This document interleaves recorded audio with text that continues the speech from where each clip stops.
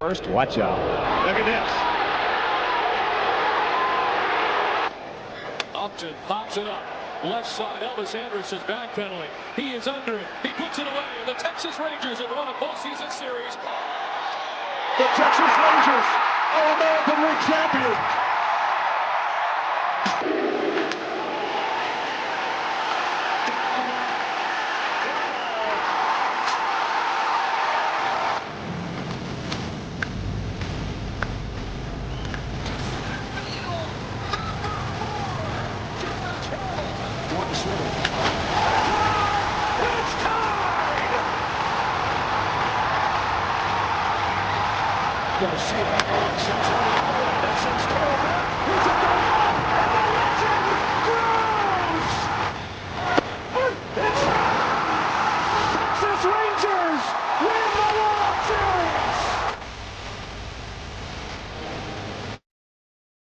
And welcome to another edition of Right on Rangers Live.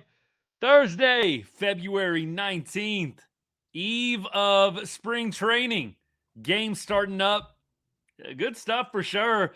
Lot to talk about tonight. A lot of news coming out of MLB today with some of the things going on for next year. Potential strike. We're going to talk about that. We're going to talk about some individual Rangers that we've been going back and forth with people on all week long. I'm excited about that.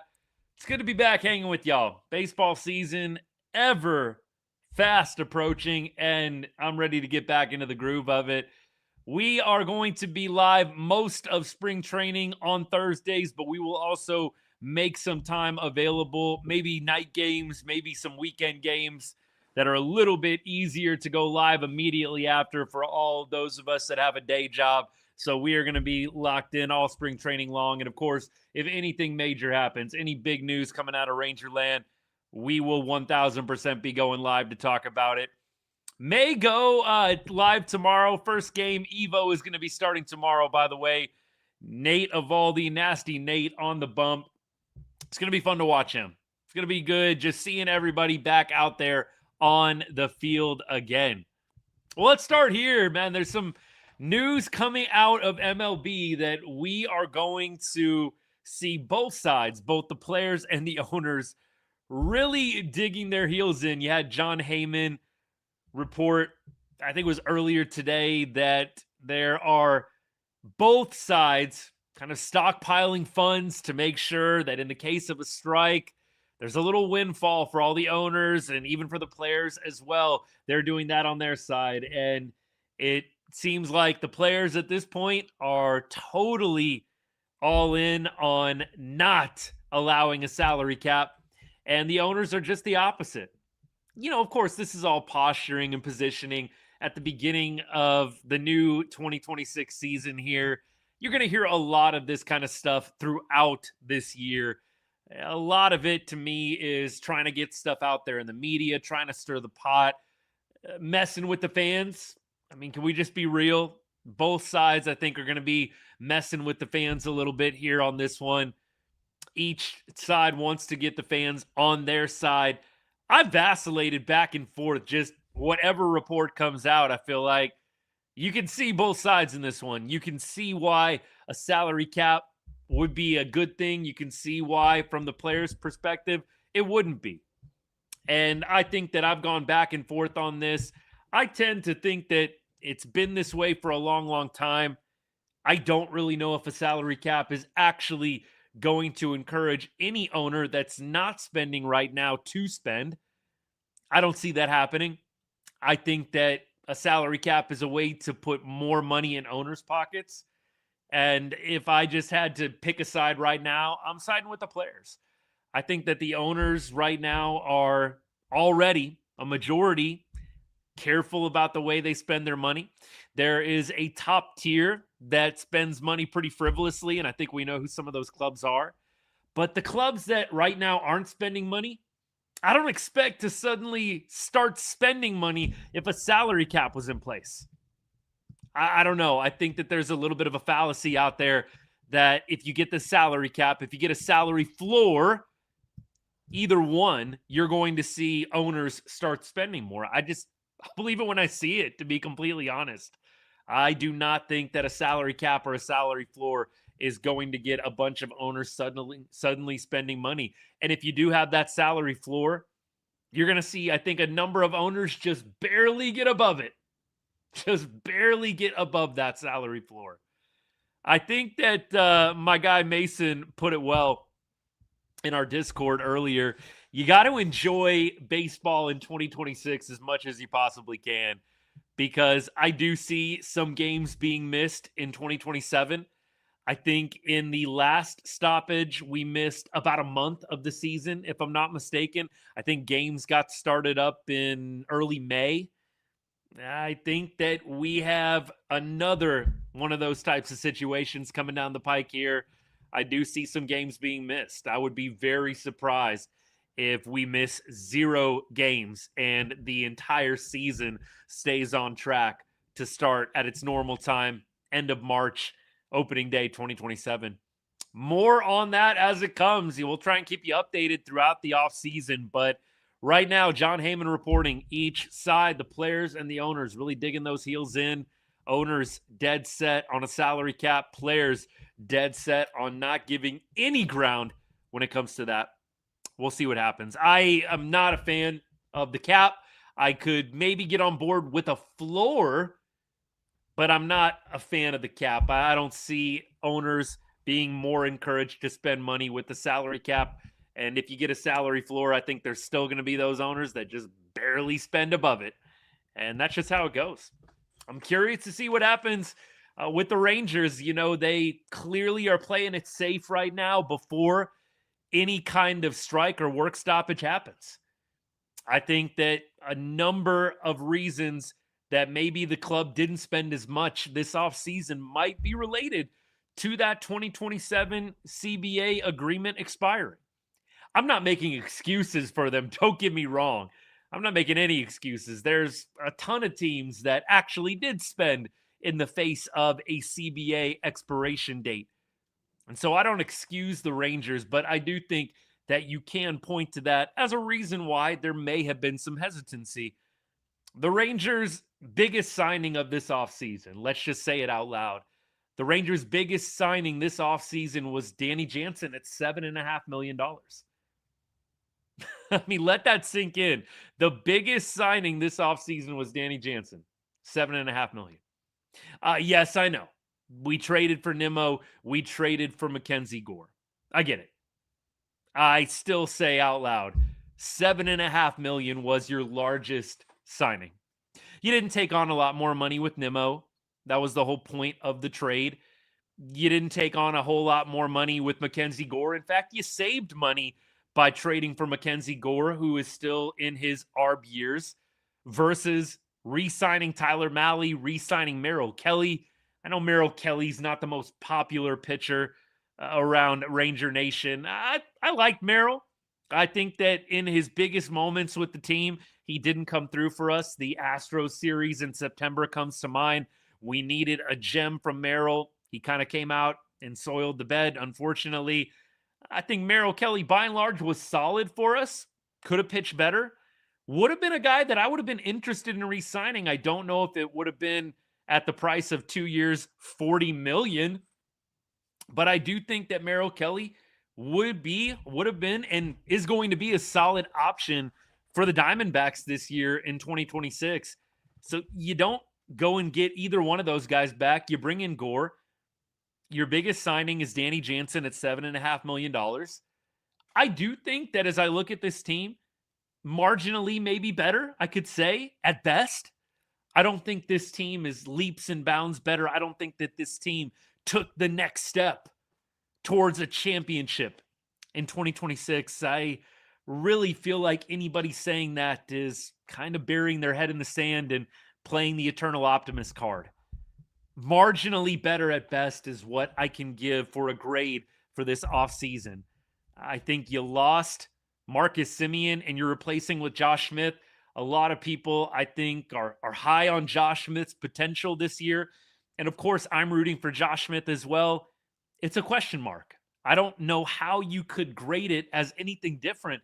I don't know how you could analyze it any differently. Josh Smith at second base is a question mark.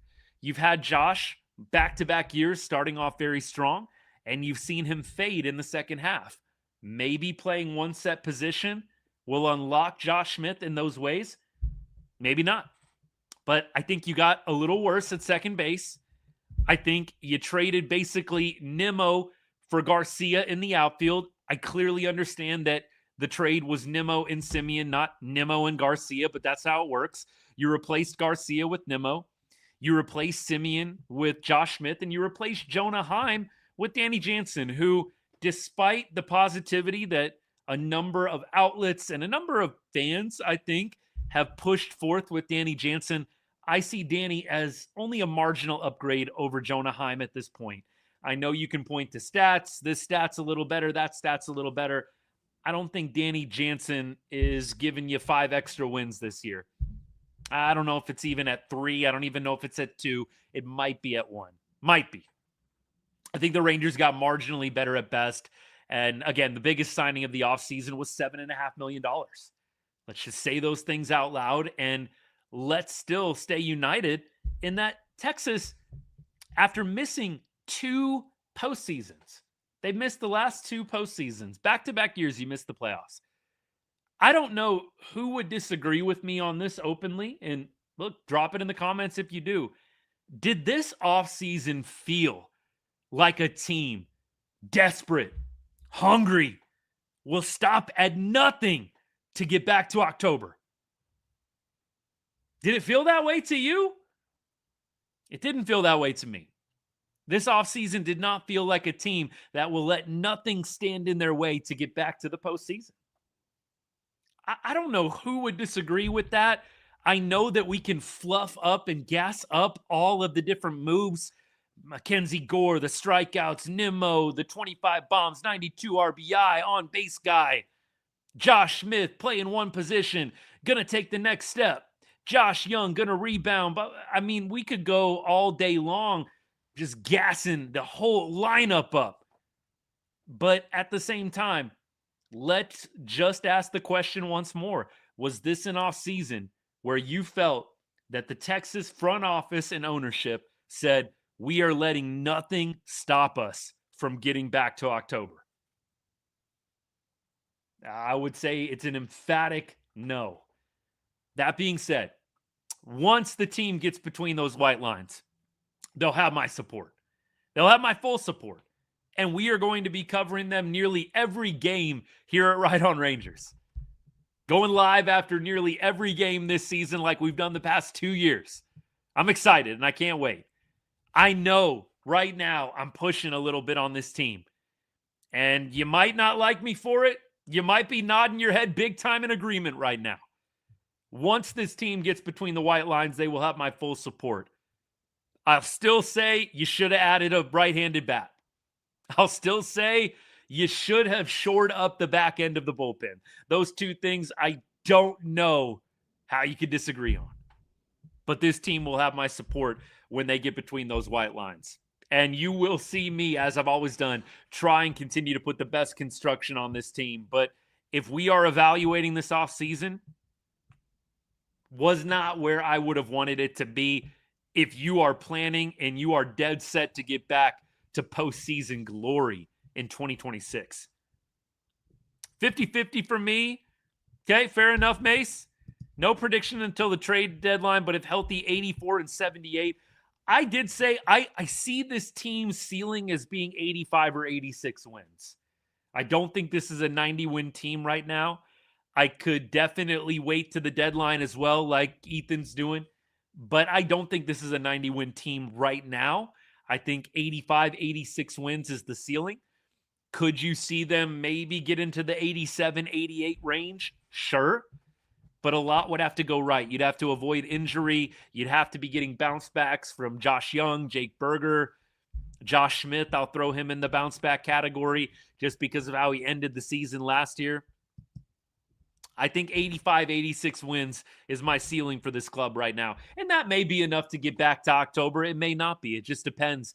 The AL is very competitive. You've got a bunch of dogs in the AL East. You've got the Red Sox, the Yankees. You've got the Blue Jays. Who knows how the Rays are going to be this year. You've also got the Orioles. You've got a bunch dogs in that AL East fighting for wild card spots. The Rangers' best path is probably going to be the division, maybe a third wild card spot, but it's going to be tough. Mariners are going to be good again. Astros are going to be good again. I think the A's will be better than what they were last year, too. All right, let me get to comments. Appreciate all y'all. Do I think Jock is going to be better? I think Jock showing up 15 to 20 pounds lighter definitely makes a statement. I think that's huge. 15 to 20 pounds lighter. Great. Now we got to see the results, man. It doesn't matter if you're 250 or 230. Can you hit the ball and not have an average that's sub 200?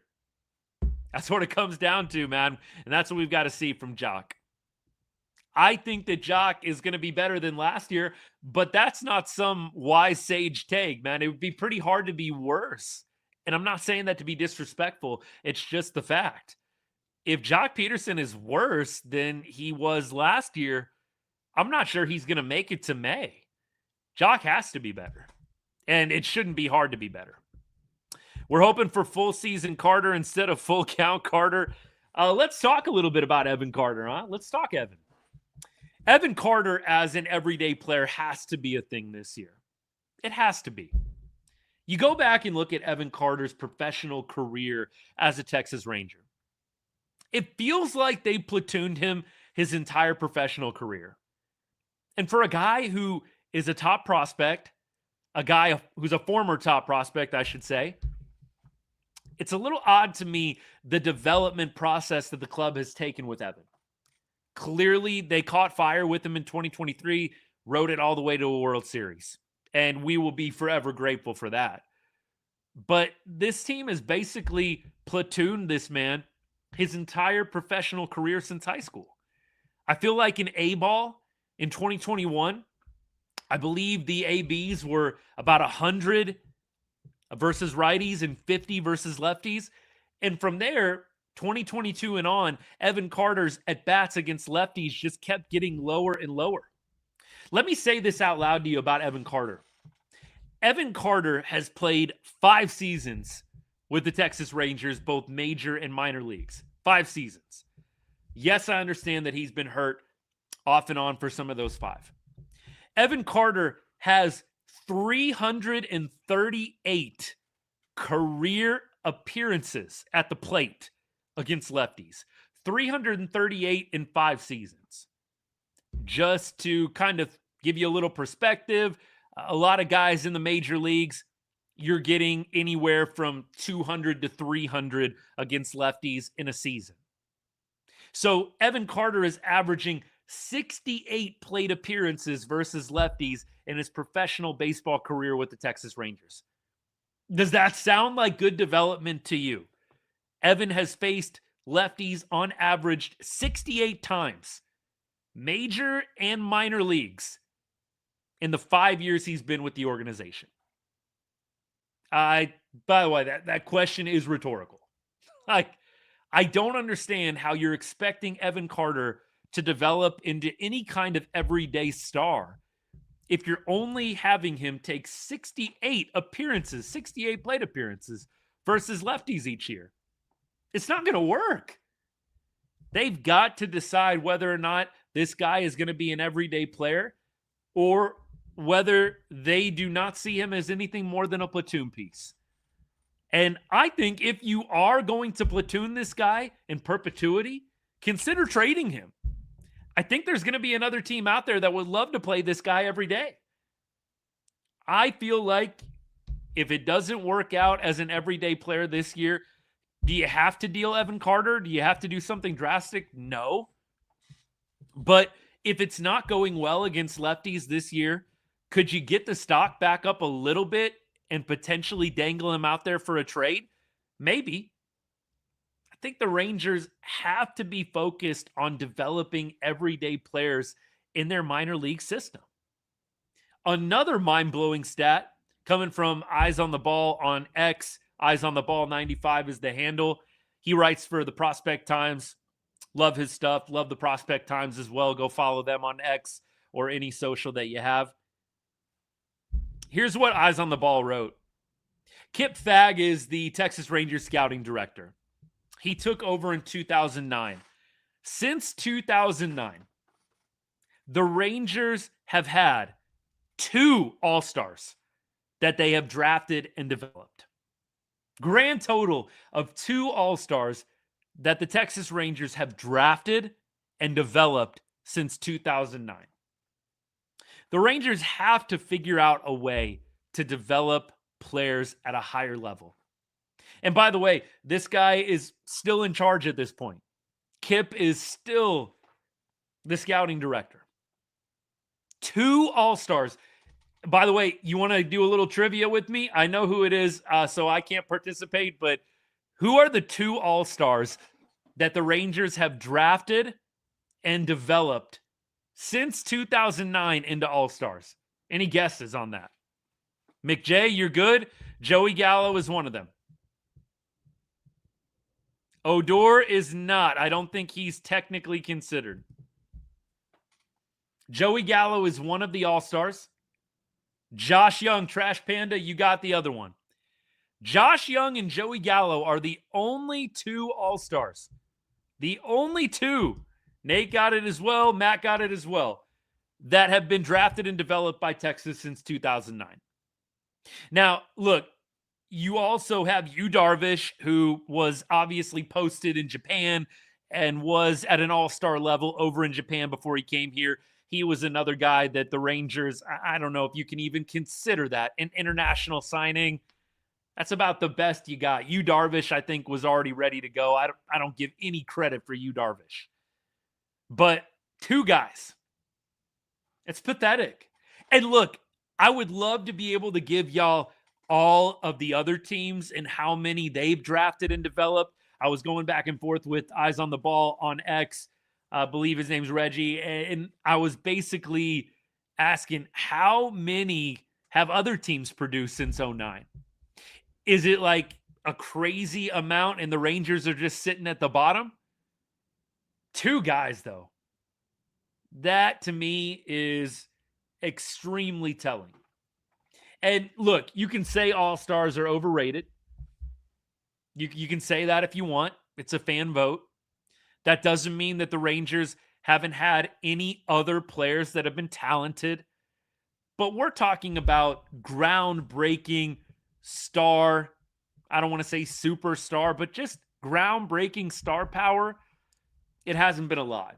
And so if you want to go back and forth about the all-star thing, fine. But I would still submit to you, who are you naming as like some legitimate key piece? Now, Wyatt Langford is clearly going to be one of those guys. Wyatt Langford is going to be an all-star at some point. But you know what? I even have a little bit of a caveat with Wyatt Langford, because Wyatt Langford went to Florida.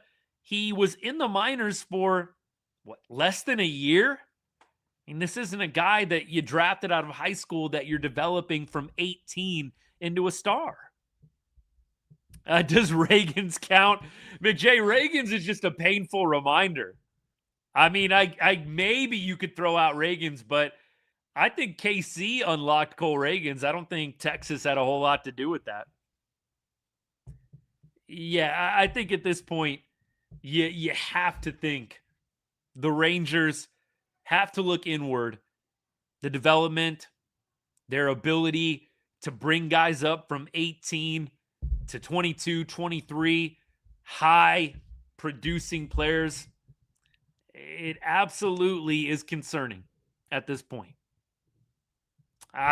Keep on going. Brian, what's good, man? Thanks for hanging out. Leiter is going to be up there. Osuna might be up there. I mean, these guys are definitely promising. Jack Leiter, I do think the Rangers could take credit for, because although Leiter pitched at Vanderbilt, they have spent a lot of TLC on Jack Leiter. A lot.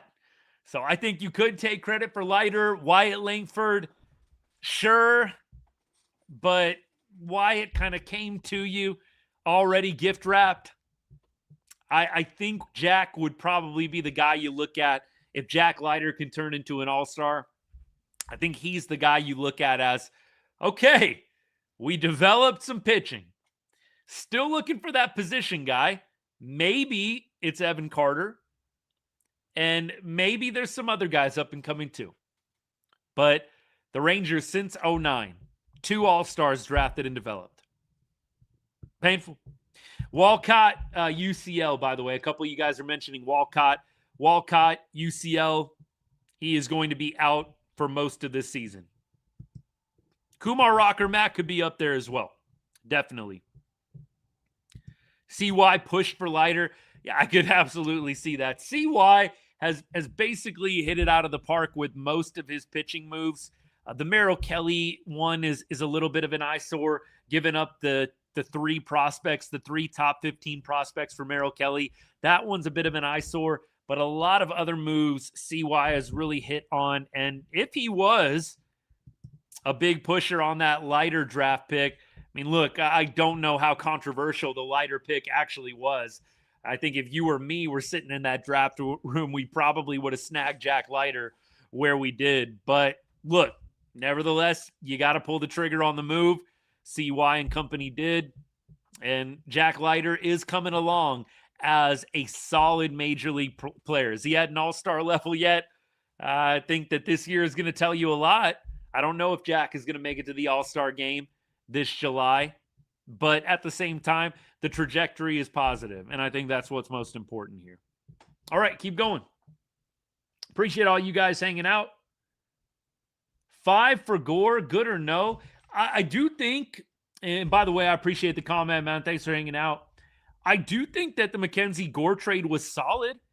I look at the 5 that we gave up. I think Ortiz is one of the bigger names you look at, and there's a couple of other arms in there that could be high upside, but I think that the Rangers did well to improve without a big-time signing because clearly the budget was a factor. Hate that or love it. I hate it, but you did the best you could, I guess, with what you had available. And what the Rangers had available were prospects that they were willing to trade to improve instead of spending money on free agent contracts. I think looking at getting 2 years of Gore, and hopefully it's 2 years, right? Because if there's a lockout, you could potentially lose out on time with Mackenzie Gore, but let's keep things positive. You got 2 years with Gore. I think that is worth it. You're on line with Evo and DeGrom and their contracts. I think that's even more perfect. So you basically got 2 years of DeGrom, Evo, Gore. And that, to me, is a big, big win. You never know how prospects are going to work out.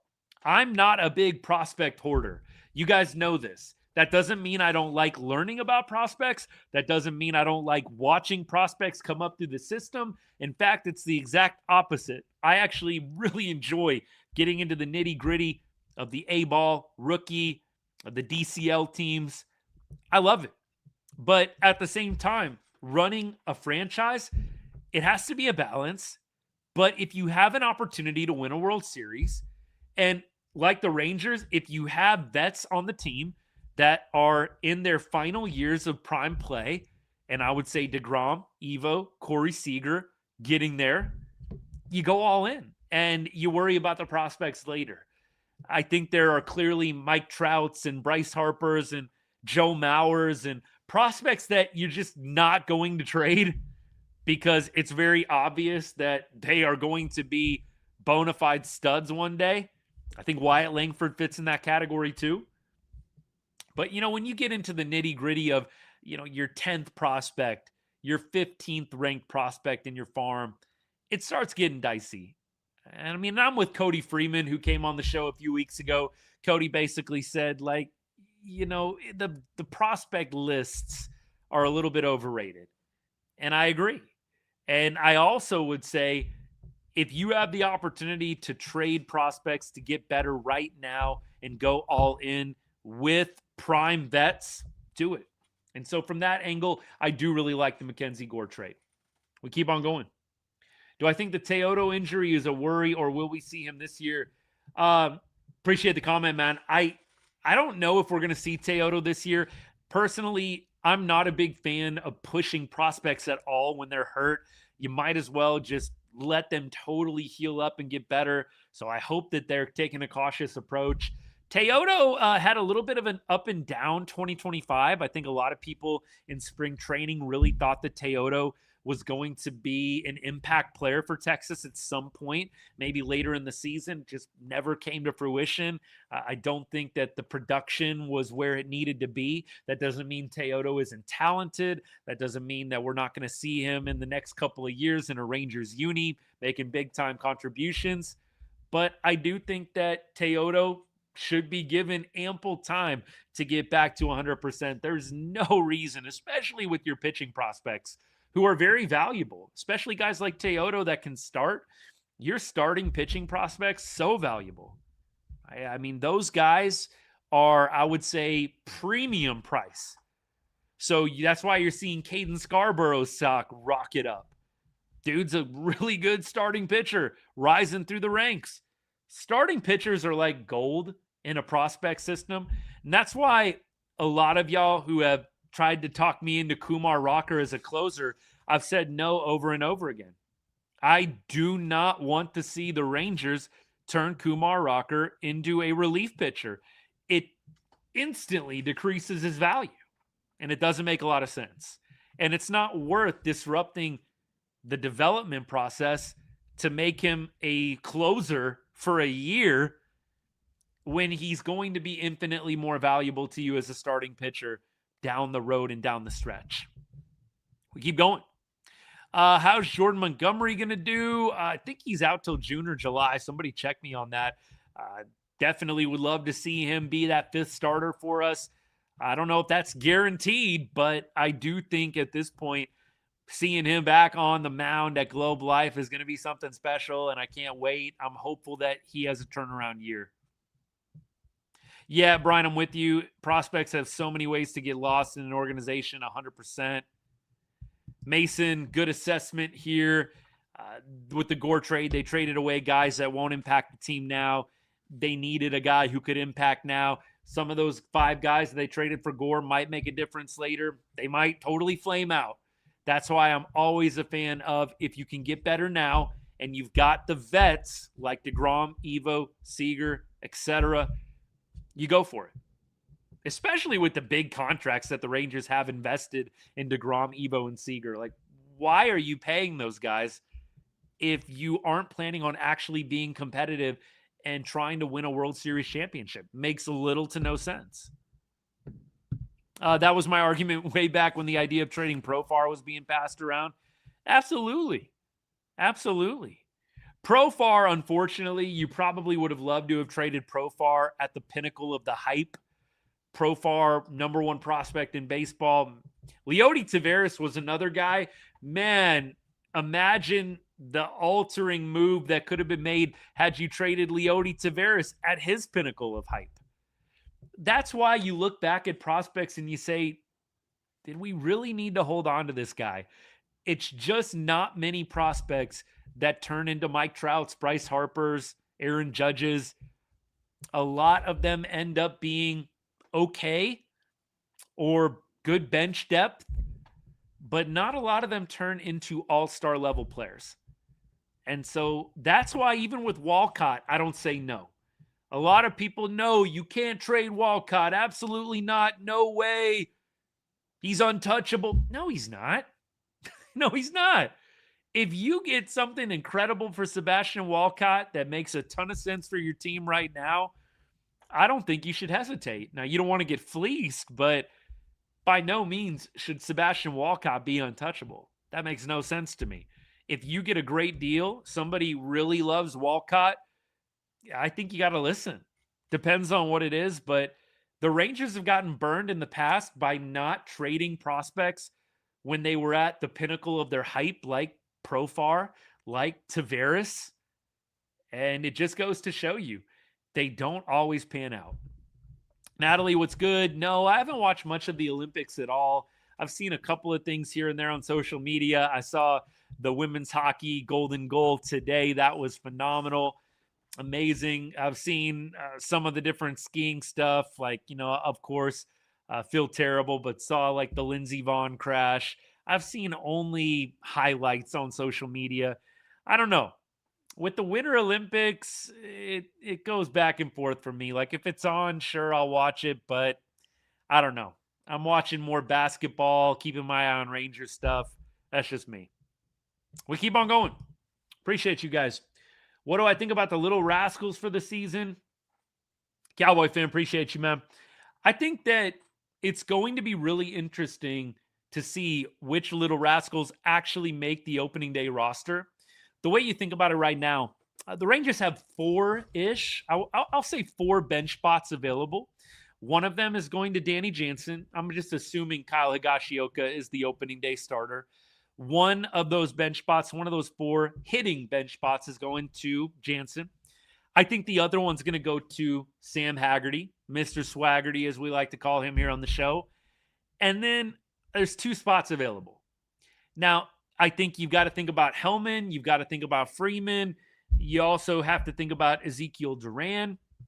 And then you've got a couple of other names in the mix there as well. I think it is going to be a really tough competition to see who gets those final 2 bench spots. We haven't seen anything in spring training right now.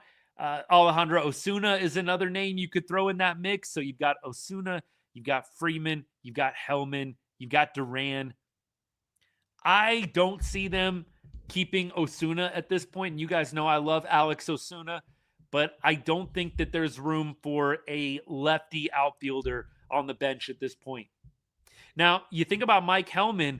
Mike Heyman's saving grace is that he is versatile out in the field. He can play second base. He can play shortstop. In fact, Mike Heyman is getting shortstop reps this spring, according to Skip Schumacher.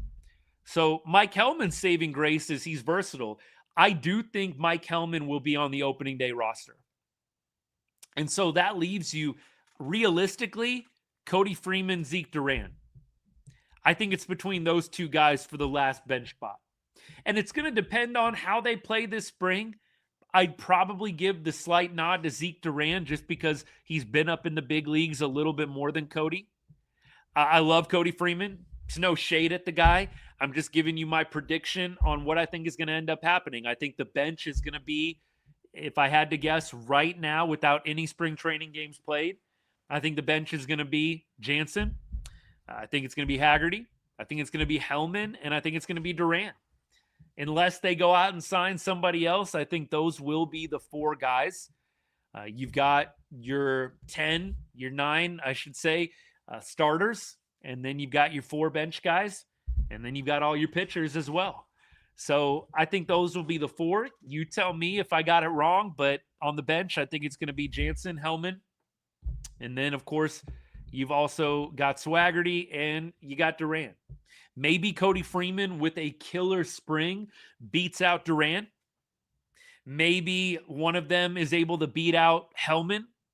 But I just think versatility is going to win out here. And unfortunately for Alex Osuna, who I love, I think that the fact that he is basically right now a platoon player who plays outfield only is hurting him. And so it probably would be best for him to go down, be an everyday starter at AAA, get better against lefties. You're already dealing with Evan Carter, who is a lefty, I don't want to say lefty only guy, but a guy we all know typically is only in the lineup against against righty starters, out against lefties. Mark Canha could be an interesting one. Mace, do you know, is he working out anywhere beyond outfield? Do they have him working any infield spots? I don't know if there's any news out there or not, but obviously Mark Canha was a late signing. Can't say that I'm super impressed with what he's done the past couple of years. Maybe he comes on strong in the spring. I still think it's going to end up being those guys that I mentioned just for versatility's sake. So think about it, right? Beyond Jansen, Haggerty, Heyman, Duran can all play infield and outfield. So a part of me wonders why you would really keep Canha if he's not able to play multiple positions well. Yes, he's a solid right-handed bat. I don't know what the splits are for Canha against lefties. I'll actually try and look that up right now and see if I can figure out what they are.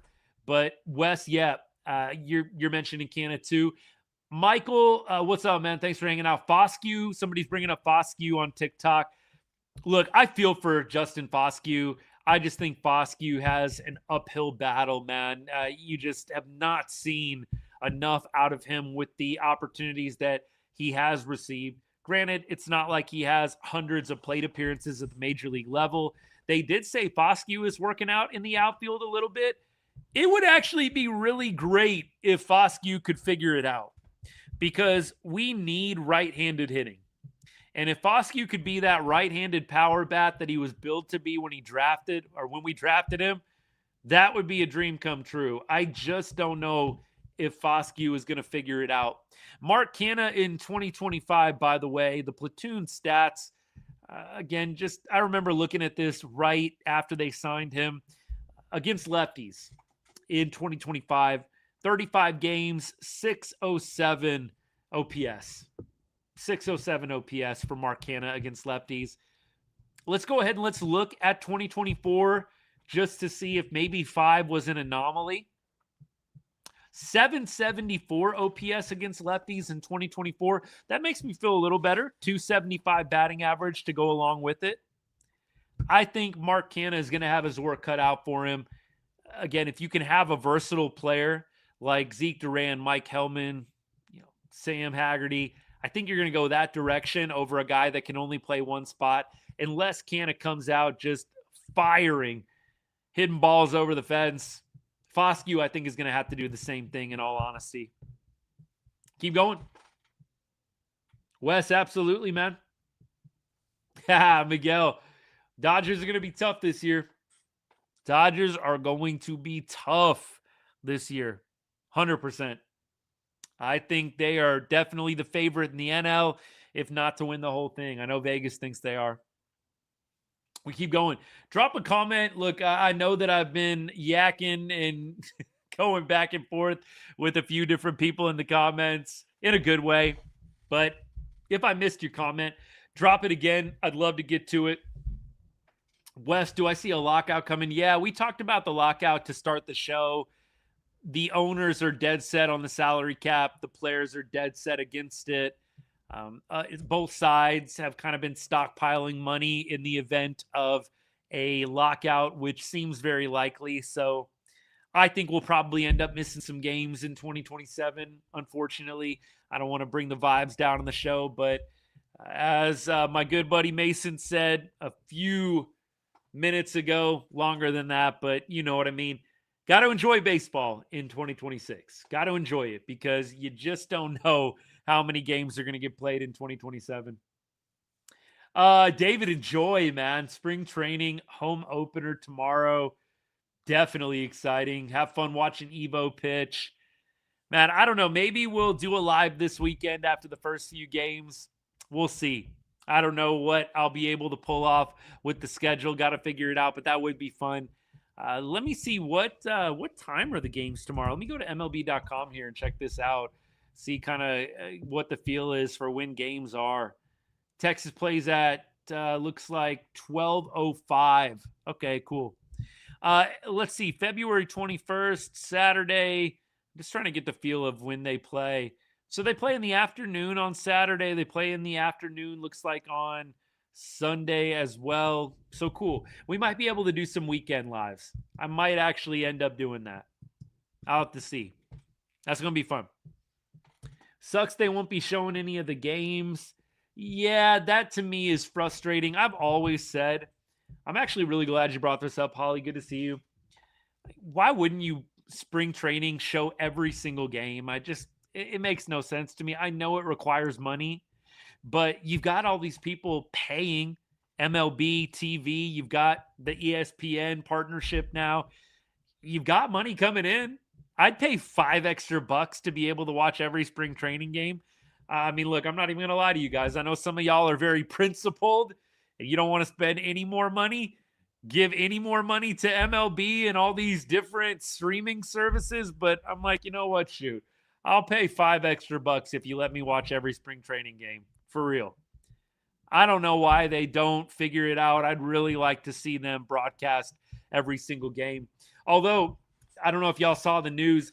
Apparently, the Angels are not showing any spring training games.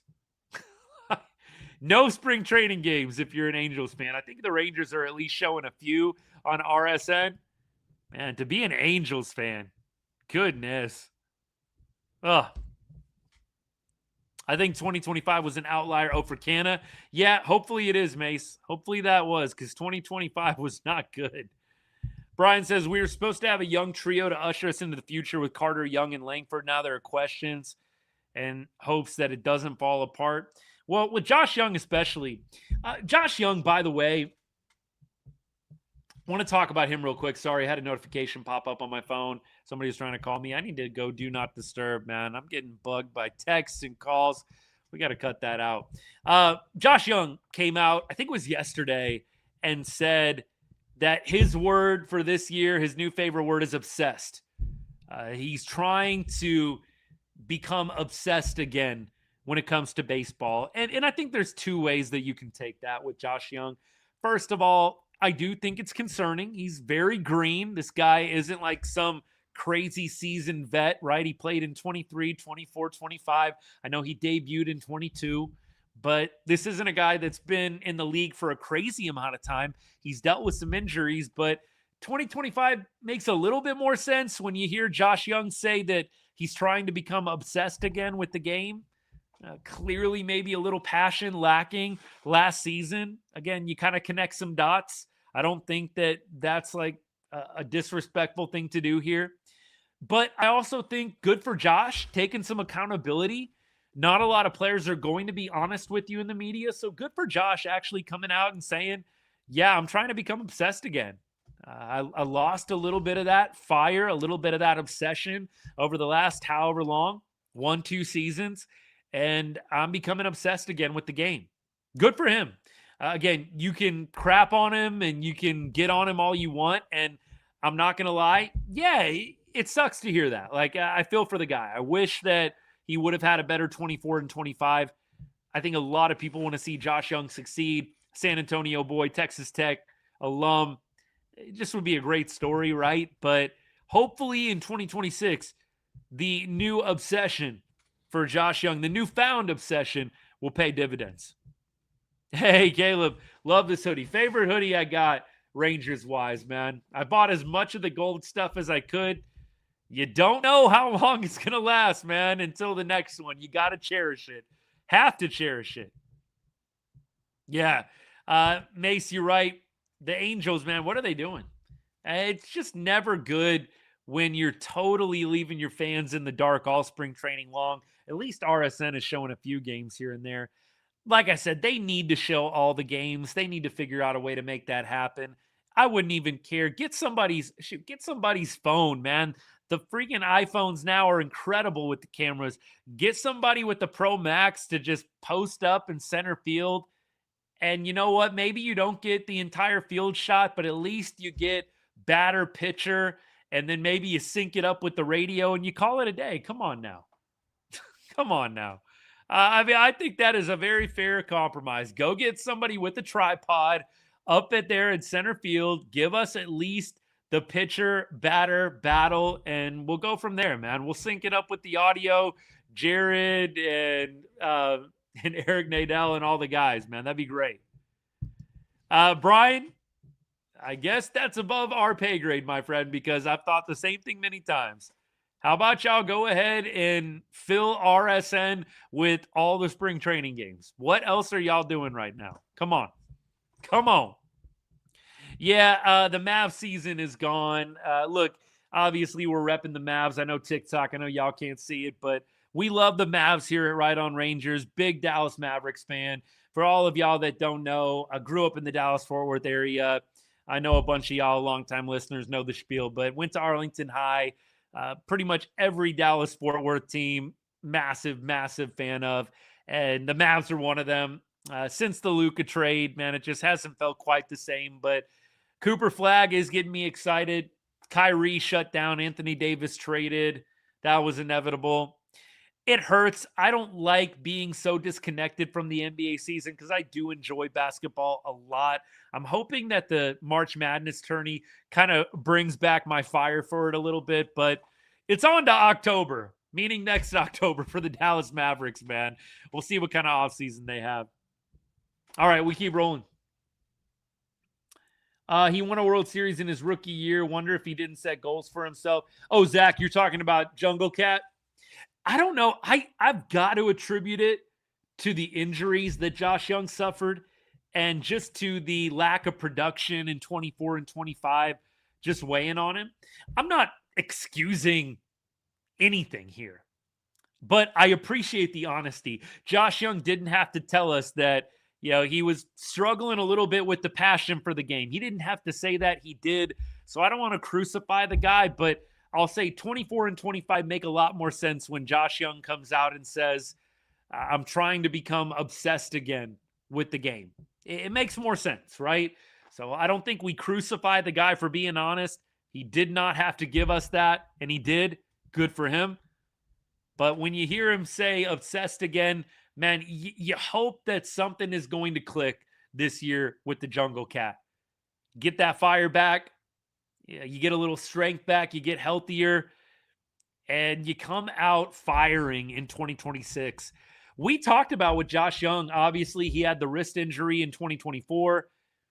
We talked about with Josh Jung how you saw a massive dip in his exit velo post-wrist injury.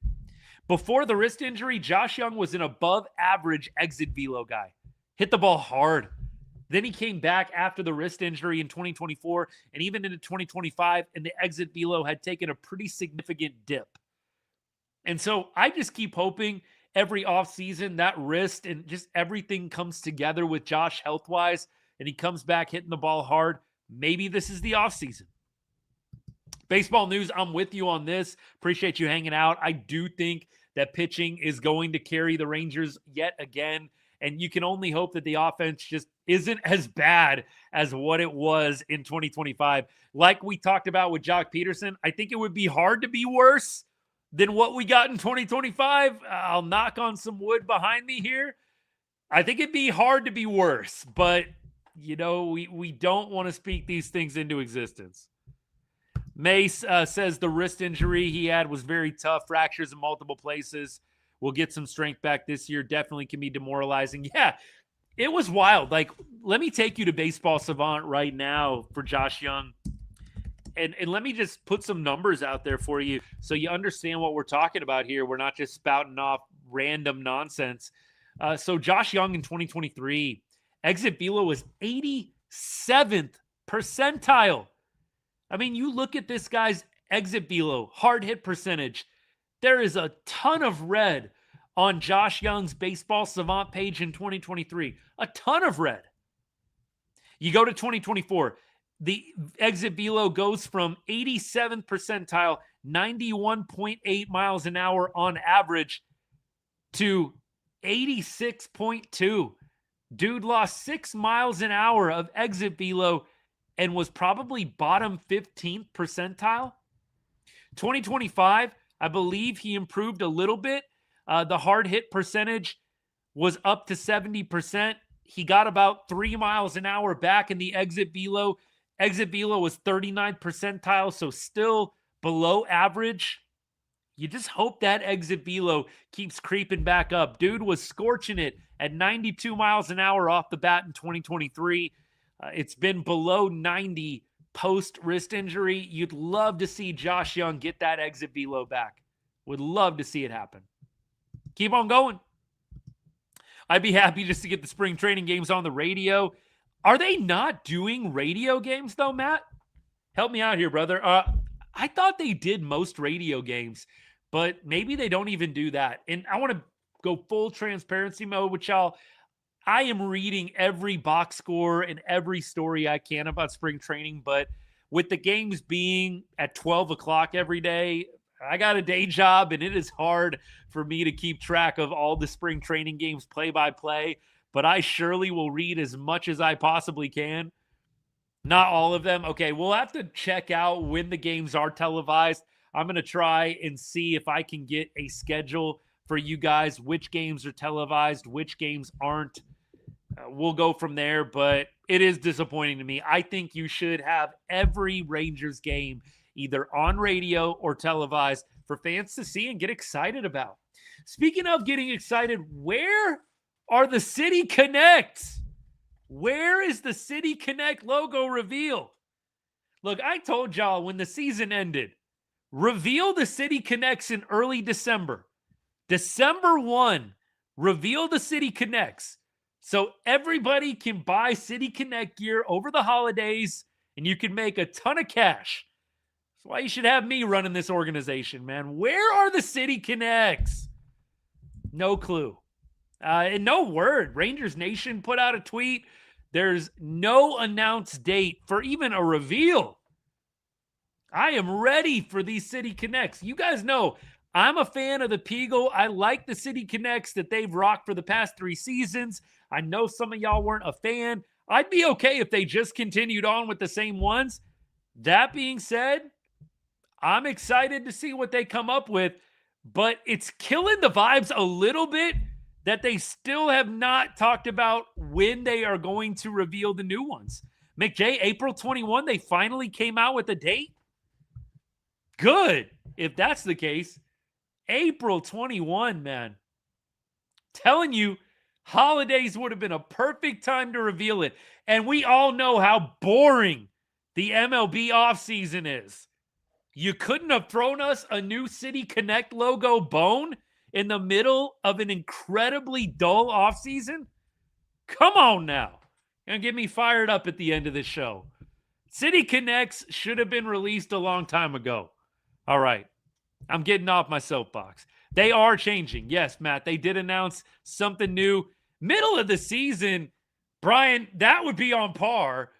You got to have this ready to go before the season starts. Come on, man. Come on. I want red jerseys too. Y'all know I love the red. I love the red jerseys that they had in the late 90s. I love the red hats. I would be a big fan of something red. We'll see what happens. We will see. Appreciate all y'all hanging. Hang on, let me do the little puzzle piece. I'm a human, not a robot thing TikTok makes me do after an hour. All right, TikTok, you got anything else for me? Appreciate all y'all hanging out, all 34 of y'all, however many we got. Keeps changing on me, but if you got a comment, I missed it, a question, I missed it, please drop it in. We are wrapping up the show here. We're coming up on the hour mark. I would love to hear from y'all before we call it a day. Maybe we'll do a little weekend spring training live. Would y'all be up for that? Maybe a Saturday or Sunday spring training live? What do you guys think? I'm going to see if I can work something in. We got a couple of things going on, the fam and I do around Saturday, Sunday, around the weekend, but I'm going to try and make it work. That'd be fun. What are my thoughts on Cam Cauley's year ahead? Cam Cauley's getting a lot of hype right now. Cam Cauley, by the way, crushes left-handed pitching. You're talking about needing a right-handed bat that can hit lefties well. Cam Cauley, small sample size, did a great job of that at AA last year. He is at the big league camp. He is in Surprise right now. Cam Cauley could be a bit of a dark horse. I think Cam probably makes a debut later on in the season. I don't see him making the opening day roster out of camp unless the dude's hitting 3 bombs every single game from now until late March. But I do think that Cam is going to be up with the team at some point this year when rosters expand for sure. I could see that happening. But Cam Cauley, stock is rising. Cody Freeman, I asked him when he was on the show with us a month ago, I said, Cody, who is not getting enough attention on the prospect list right now? And he didn't take long to say Cam Cauley's name. He said Cam reminds him a lot of himself, and he is just a baller. Dude is getting better and better each year, and hopefully that is true in 2026 for Cam Cauley as well. Not in Surprise, no. Y'all know, for those of y'all that don't know, I live in Vegas, so I'm close. We're about 4 hours away from Surprise. I am planning to get down there. I'm going to be real with y'all. I don't know if I'm going to do, like a ton of content-y stuff. I might just go enjoy some of the games. Maybe let y'all know if I'm there. And if you want to meet up, say what's up. We'll see. I'm not for sure. I always try and do one weekend down there, but I don't think I'm going to make it like a big content weekend. If I can get some video and throw it up there here and there, sure. But I don't think I'm going to do like a big crazy setup live from spring training. Usually I bring my little guy, bring the wife, bring all the kids, and it just gets a little too complicated. But we'll see what we can work out. I would love to do Right on Rangers Live from the field at spring training. That'd be a dream come true. That's going to happen one day, man. One day. Wouldn't that be fun? You get to do a live show from the ballpark down on the field, just like they do at Rangers Sports Network. That'd be great. Dreams, man. You got to have them. Pete, what's good, man? Who's getting left out of the rotation? I'm going to say Rocker. I think Latz sticks around, and I think Rocker starts the season in AAA potentially. That would be my guess right now, but I think it's all going to depend on spring. You know, you got to see how these guys pitch in spring. A lot of people like what Kumar Rocker's doing, but look, if you're not going to have Kumar Rocker in the rotation, dude has to go to AAA. There is no reason to have Kumar Rocker in the bullpen. Dude needs to keep getting regular starts, so we'll see what they end up doing. It's going to be even more interesting when Cody Bradford is back and when Jordan Montgomery is back. All right, y'all. Hey, look, I'm taking off for now. One quick thing. If y'all are looking for a major way that you can support the show, even a small way, let's just say a small way. If you haven't hit that follow button yet, what are we doing here? Let's go. You see what we do every week. You get the vibe. We hang out. We talk ball. We go back and forth. And I would love if y'all would consider subscribing or following the channel, depending on whatever platform you're on. Some of y'all have heard me talk about the Discord over the course of the show. It's like the one thing that I monetized here on the channel. If you are interested in becoming a part of that Discord, it's a $2.99 subscription. You can subscribe on TikTok. You can join on YouTube, become a member. $2.99 a month gets you into that exclusive Ride on Rangers Discord. It's a great community of people. We go back and forth all times of the day and late into the night. Would love for you to be a part of that.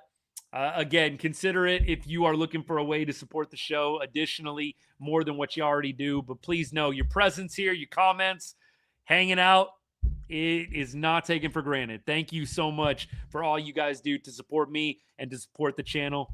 We are trying to get a little bit bigger and bigger each and every year, and you guys are making that possible.